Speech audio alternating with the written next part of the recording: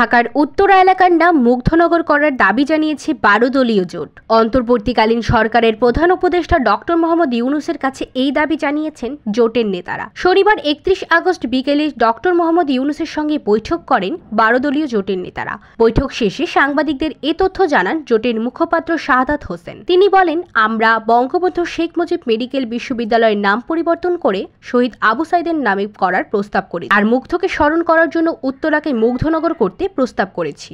উল্লেখ্য, গত ১৬ জুলাই রংপুরে কোটা সংস্কারের দাবিতে আন্দোলনরত শিক্ষার্থীদের সঙ্গে পুলিশের সংঘর্ষ হয়। এতে গুলিবিদ্ধ হয়ে নিহত হন বেগম রোকেয়া বিশ্ববিদ্যালয়ের ইংরেজি বিভাগের শিক্ষার্থী আবু সাইদ। ২ দিন পর ১৮ জুলাই ঢাকার উত্তরায় পুলিশের গুলিতে মারা যান মীর মাহফুজুর রহমান মুগ্ধ।